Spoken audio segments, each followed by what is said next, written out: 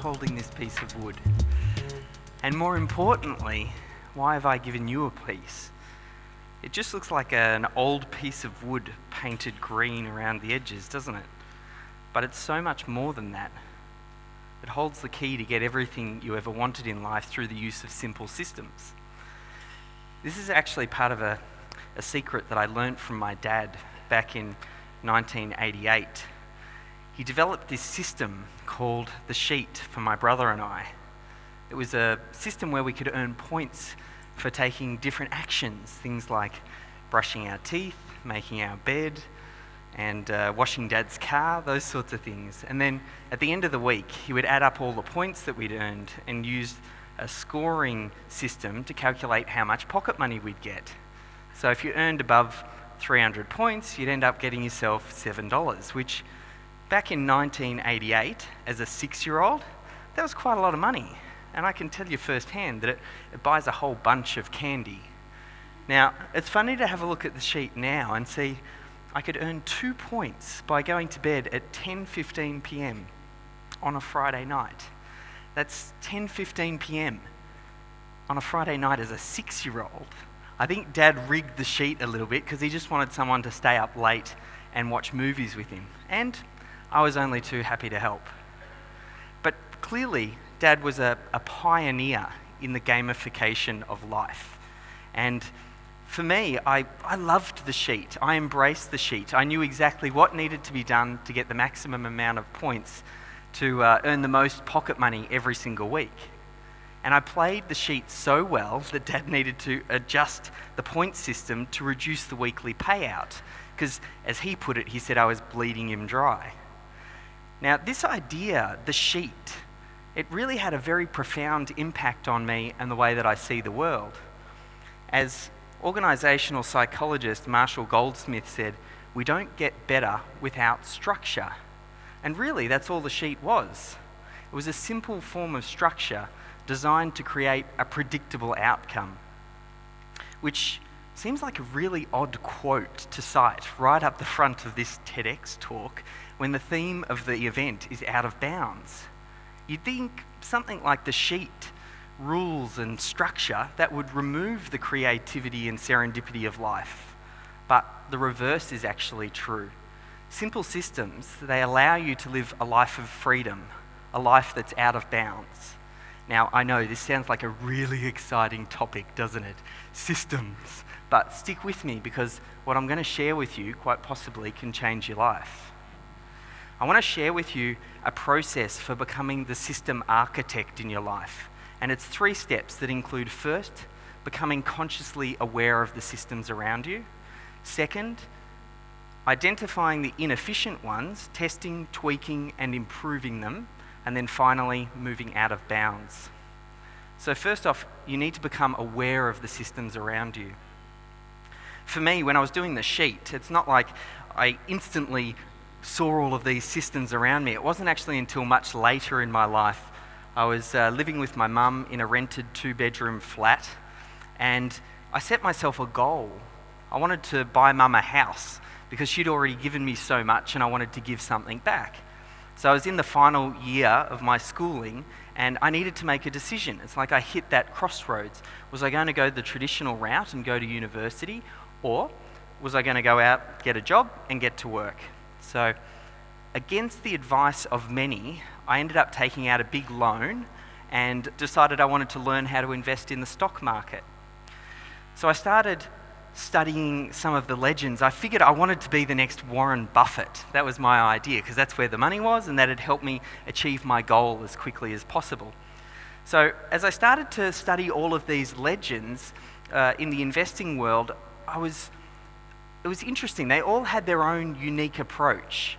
They all had their own way in which they invested their money. But I did notice a common element, a thread that linked them all together. And that was all of these great investors, they had a system, a set of rules that would outline how they would invest. It would tell them what they should buy, when they should sell, and oftentimes these rules, they were written down. That way they could be tested and tweaked till they got the desired outcome, which was just to make profit consistently from the stock market. So really, systems, they're the holy grail when it comes to investing. Now, systems, it's a funny thing. Once you start looking for them, you start to see them everywhere. It's a little bit like when you get your first car. And before that, you didn't see that car anywhere. But once you buy a car, you can't help but see it everywhere. And you ask yourself, has this car always been there? Or did everybody go out and buy that car because I did and they're copying you? Obviously, those cars have always been there. It's just you became more aware of them. So I was doing some research and I came across a study that the World Health Organization did in 2007. They were looking to reduce post-surgical complications. And to do that, they decided they were going to put in place a 19-point checklist. And this simple idea of creating a checklist had such a profound impact on what they were trying to do. Basically, they managed to reduce post-surgical complications, things like infections, by a third, and they halved death rates by a half just by putting this very simple system in place. And I began to realize that your life, it's just a collection of systems. Whether it's your health, whether it's your relationships, whether it's business, finance, it's just a collection of systems. And whether or not you're consciously aware of them or not, some operate at the subconscious level and some you're very much aware of. But if you're aware of them or not, it doesn't actually change the impact that they have on your life. I mean, if you eat poorly and you don't exercise, you're going to be overweight. And just because you didn't know that it existed, that's not going to change the outcome. An unhealthy system is an unhealthy system. So you have to be very conscious of these systems that are going on. It doesn't matter where you learn these systems as well. It could be from a parent, it could be from a friend, it could be from a teacher, and it still has a real impact on your life. And not only that, what makes it even more of a challenge to spot these systems that are going on, oftentimes the results of them, they're not felt in the moment. It's like it creeps up on you. I mean, it's not like if you miss, one day of exercise and eat poorly, you're going to wake up overweight. It's a gradual process. So you need to stand guard at the doorway of your mind and be quite conscious about the systems that you allow your mind to run. Which leads me to the next step in this process for becoming the system architect of your life. Now you're more consciously aware of some of these systems. What we need to do is identify the inefficient ones, test and tweak and improve them, and then you'll start to see some real positive effects. So I wanted to give you a real practical example, something that you could apply in your life and see some immediate results for. Now, I want you to ask yourself, what's the process that you go through when you're deciding that you're going to pack for a holiday? What's the system that you run? It might not have even been something that you consciously think about. Maybe what you do is you think on the spot and you ask yourself, what should I take on holiday? And you keep asking yourself that question until you can't come up with anything else. But that's a pretty poor system at best, and it almost guarantees that you're going to forget something. A much better approach would be to write a simple checklist, something that you could refer to each time that you go on holiday. Now, the first few times you look at it, you might need to test and tweak it a little bit till you get it just right. But then after that, every time that you use this simple checklist, it's probably going to save you 5, 10, 15 minutes every time. Now, I don't know how many times you're going to go on holidays. You're probably going to go on a few holidays every year. Yeah. I hope you get to go on a lot more. That probably works out to a good few hundred holidays over your lifetime. And if you save 15 minutes every time, that ends up being a good couple of weeks worth of packing that you're saving. That's a lot of packing. Now, I don't know what you're going to do with this extra time that I'm saving you now that you're starting to put this idea of a travel checklist in place. Maybe you'll learn to paraglide. Maybe you'll pick up scuba diving. Maybe you'll learn to juggle. with chainsaws on a unicycle.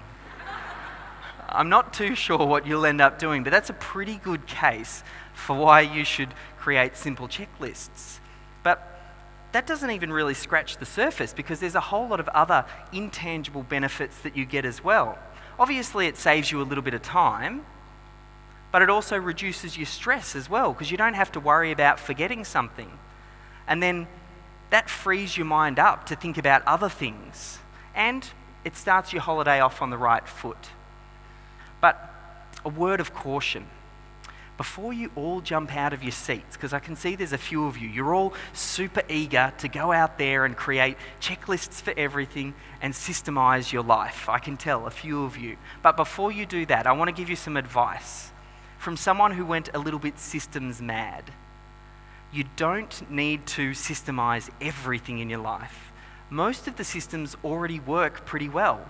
So it's not about creating a system on how you cut your toenails or tie your shoelaces. The real skill is to identify the inefficient systems in your life. Things like your morning routine and how you prepare for an exam or a simple travel checklist. They're the systems that you want to really focus in on. Which leads me to the final step in this process for becoming the system architect of your life. Now you're more consciously aware of these systems that are going on around you. You can identify the inefficient ones, you can test and tweak and improve them. Now finally, you get to move out of bounds. Psychologist and best-selling author Mihai Csikszentmihalyi hit the nail on the head when he said, "Control of consciousness determines the quality of your life." And systems give you that level of control. Now more than ever, your brain is getting hijacked and distracted by all these different things that are going on, whether it's a text from a friend, whether it's checking your social media updates, or whether it's surfing on YouTube. All of these activities and thoughts, they rob your mind of the space it needs to think about the really big ideas, the ideas of impact, things that can change the world. Things like space travel or self-driving cars or artificial intelligence, virtual reality or medical breakthroughs. We live in such an amazing era in history with so much disruption. And this disruption creates opportunity. But you need to have the right foundation, the right structure, and the right systems in place to be able to take advantage of this. Now for me, I'm working on a new project. I'm creating the Sheet 2.0, the ultimate gamification of life. And I've found my first test subject, Nathaniel Charlie Jenyns. Now Nathaniel doesn't quite know it yet, but I was the original tester, the alpha tester of the Sheet. So I know all of the loopholes, and Nate, he's not going to have it so easy, because I know all those secrets. But I have been thinking, because he's not quite ready yet to get entered into this program, but I have been thinking about the advice that I'd give him. I'd say, son, you can live a great life by identifying and becoming consciously aware of the systems around you. If you can spot the inefficient ones, test and tweak and improve them, it's hard work and it's a lifelong endeavour, but I guarantee you'll get everything that you ever wanted in life. And there's a chance that you might even live a life most would consider out of bounds. Which leads me back to this wood. Why am I holding this piece of wood? And more importantly, why have I given you one? It just looks like an old piece of wood painted green around the edges, right? But I want this to serve as a reminder for you. Because I know when you get given really good advice, sometimes it's easy to forget in the moment. Now, you might not know, but Australians, we're obsessed with sport. We love cricket, we like Aussie rules football, and we have this stadium. It's called the Melbourne Cricket Ground, or the MCG for short. Now, it's hard to explain how important the MCG is to Australians, but it's the largest stadium in the Southern Hemisphere. It holds over 100,000 people. All of our major sporting events get held there, and it's almost like a religious icon. We love this place. We can't get enough of this place. I think you're starting to get the idea. Well, this piece of wood was taken from the MCG in 2003, the first time that I went out of bounds. I had this idea because they were doing some renovations on one of the old stands, and I had this idea to get my hands on a lot of the discarded wood and carpet and then sell it off as sports memorabilia. So that's exactly what I did. I took the wood and the carpet and I chopped it up into little pieces, and then I announced to the media that I was selling Australia's most well-known sporting stadium for $24.95. And as you can imagine, the media ate this up. They loved it. TV, radio, newspapers, magazines, they all wanted to cover the story. And it was my first big entrepreneurial breakthrough. Now, you can bet your bottom dollar, none of this would have been possible without some pretty amazing systems. Because when you're selling thousands of these and you're shipping them around Australia and around the world, you need to be running a smooth operation. And my systems kept me cool, calm, and collected. Now, you hold a piece of wood in your hands. This is a piece of history. And I want it to serve as a reminder for you to become consciously aware of the systems around you, test, tweak, and identify those inefficient ones, and live a life that's out of bounds. Thank you.